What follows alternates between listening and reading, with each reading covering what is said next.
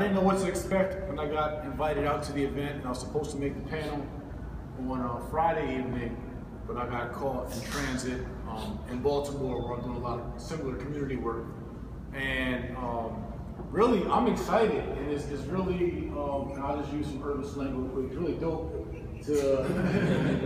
to see you guys and your ideas and what Jason and Ben have created with young entrepreneurs. I'll tell you a little bit about the beauty of entrepreneurship in my journey, right? So, you know, I grew up to a teenage mom, a single mom. My biological father left when I was 3 months old, and then shortly months later, my stepfather started to raise me, but it was while he was on bail for a robbery charge, right? So as my stepfather stepped into the picture to raise me, he then went away for several years to prison. So I grew up visiting my dad in prison, living, you know, with my mom, and then later on, I'm the oldest. She had my younger sister, and so it was my mom, my sister, and I all living in my grandmother's house in a one bedroom room, and then we would move on to a 2-bedroom, and later on, eventually be 6 of us in a 2-bedroom apartment, and we grew up below the poverty line. And then when my stepfather came home, he also not only came home from prison, but he came home from prison with a heroin addiction. And so there was a lot of drug addiction, there was a lot of verbal abuse, physical abuse, a lot of just adversity within my home, right? I was still not, you know, in the welfare lines, you know, getting free lunch and food stamps in school. And so I grew up with a mindset that I wanted to be successful, and I wanted to be rich, and I wanted to get out of the welfare line, away from the hand-me-down clothes, but I had no options to do so. And I remember my first hustle, my first business, was that I found some marbles in a garbage can in my apartment complex. And I went to school, and everybody loved the marbles, so I would just sell them for 10 cents, 25 cents, 50 cents, until I got down to my last 4 or 5 marbles, and everybody still wanted them, so I started selling them for $1 each. And that's where I understood supply and demand.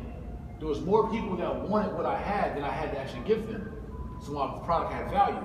So fast forward, in high school, trying to get money, trying to put some clothes on that I thought would be impressive to my friends, and trying to make the ends that we just didn't have as a family, because again, we're still struggling, we still got drug addiction, still got, you know, I'm the oldest of 4, so we have a big family, a family of 6, and my cousin lived with me. And so I started selling weed in high school. And that was my first sign of really starting to see some money. And then after selling weed, I was quickly introduced to cocaine, crack. I started selling crack in high school my junior year. And so I started to see money. My first goal was $100 a day. I was like, you know what? If I can make $100 a day selling drugs, then that's $3,000 a month. That's more than what my stepfather makes working on the back of a recycling truck. Like, I'm good. I'm 16, 17 years old. With $100 a day, I'll be fine. And then I would eventually make my first 1,000, which came faster than I thought. And I'm like, man, I got $1,000. I got a G. I couldn't believe it. Like, 1,000 was like $1 million to me. And then so I made my goal to get my first 10,000. And then I made $10,000. And I'm a teenager. I made 10,000 cash. I was selling drugs on the street. And I dropped out of high school my junior year of high school and hit the corner full time. I would go back my senior year into an alternative program where you go to school kind of in the middle of the days and the evenings. And I would graduate the alternative program, but I sold drugs all through my senior year of high school. So all I did is, during lunch, I'm on the phone and I'm trying to make deals. I'm sending somebody to New York. I'm from New Jersey, so I would send people to New York for me to pick up my drugs and bring them back to New Jersey. I had a whole operation running my senior year of high school. And so I played basketball, I had a decent GPA. I graduated from high school after being a dropout, but during that time, I committed my mind to be a full-time drug dealer. I had no ambitions of college, I had no ambitions of legal entrepreneurship.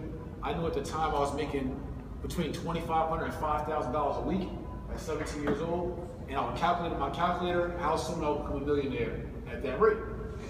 Lo and behold, as I took my show on the road, and coincidentally, my biological father came back into my life when I was 17, but that was through me meeting him as he took a trip from Nebraska, where he lived, to New Jersey to come visit. And I was seeing my biological father for the first time in 9 years. But he was addicted to crack. And I was the town's drug dealer. So my first time actually meeting and speaking with my father in 9 years of my life was actually me serving him a 40-year Coke for a discounted price because he's my dad. And later on, he would come back to me and say, son, what you gave me here in Jersey goes for double in Nebraska. So 2 weeks later, I was on a plane from Newark Airport to Lincoln, Nebraska with 2 ounces of coke in my pocket to take my drug operation on the road to Nebraska. This is after a few weeks after graduating high school. So I think I got it all made, right? This is in 1998, right? Not too long ago, I'm not that old, right? It's in 98.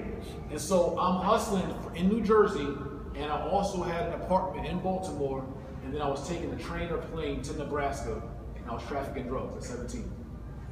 4 months after I graduated high school, and 4 days after I turned 18 years old, I would get locked up here in New York, in Harlem, on Riverside Drive, picking up a quarter kilo of coke, and I had a 38 handgun on me.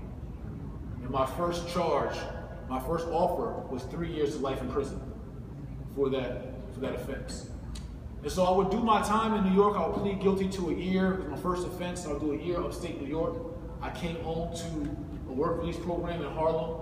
I actually had an address here in Brooklyn near Pink Houses, and I would take a girl I met in Manhattan and let me stay with her so I can get out of the work release and stay here. And I'm 19 years old now, and I went right back to the streets. And I did that for about 6 more years. All I did was sold drugs. I would catch another charge in Cumberland, Maryland, facing 15 years. But I would beat the charge because the police illegally searched my vehicle. So they threw out the 15 years, but I had to plead guilty to 18 months to another gun that I had. And so I told you, at 16, I committed to being a full-time drug dealer. That was my vision for myself. That's all the options that I knew that I had. Basketball wasn't panning out. I couldn't rap. And so dope was the only option that I thought I had, other than having a job, which I didn't want to have a job. I wanted better for myself than the rat race. So anyway, I didn't get out of the street lifestyle. What people will always say to me, my daughter was born when I was 18 years old. I was upstate New York in prison. My daughter was born, right? And when my daughter's mother or my mother, similar to the parents sitting here, would say, Jay, I want you to stop selling drugs, do something better with your life, you got all this potential. I'll say, well, you tell me something I can do to make the money that I'm making in the streets. You give me that option and I'll stop. And no one ever introduced to me any kind of opportunity to make money for myself. Legit, entrepreneur. Take my same talents, my same hustle, my same charisma, same energy, same innovative thinking, and use it in the right manner. So at 25 years old, while in Newark, New Jersey, I was still hustling.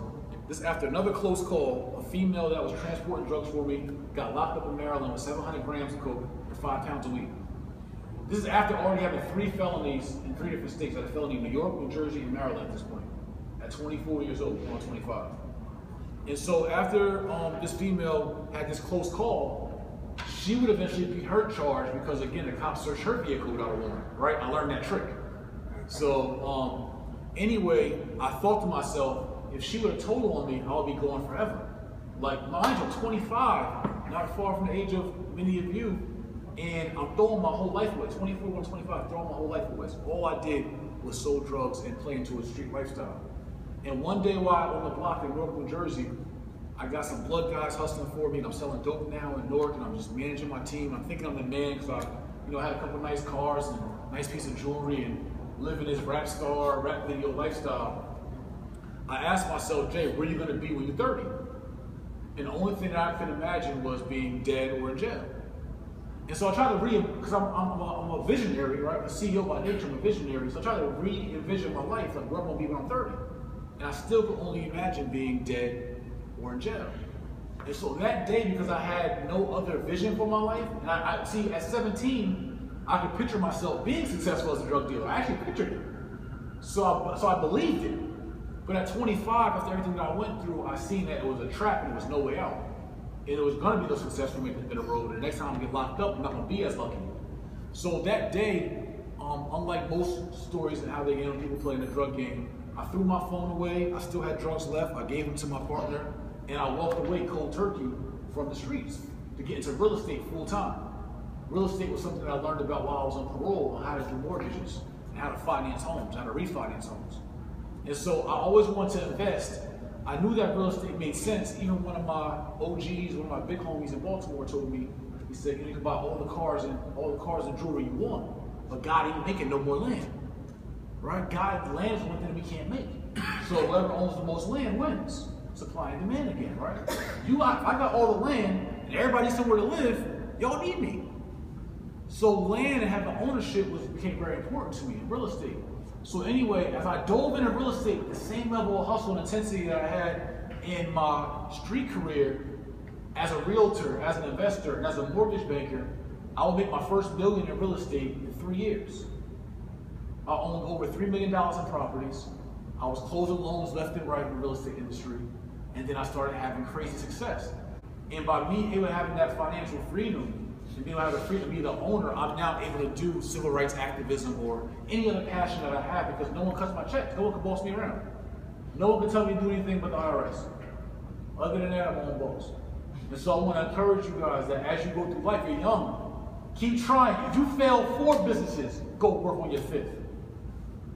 Always keep hustling, always keep that drive, because it's not going to always be an easy fix, but it's well worth it. Like ownership is key. You can't control what you don't own.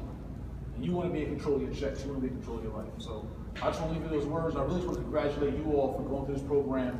And obviously you've done some great things because they seem really excited about you. I'm excited for you. Thank you.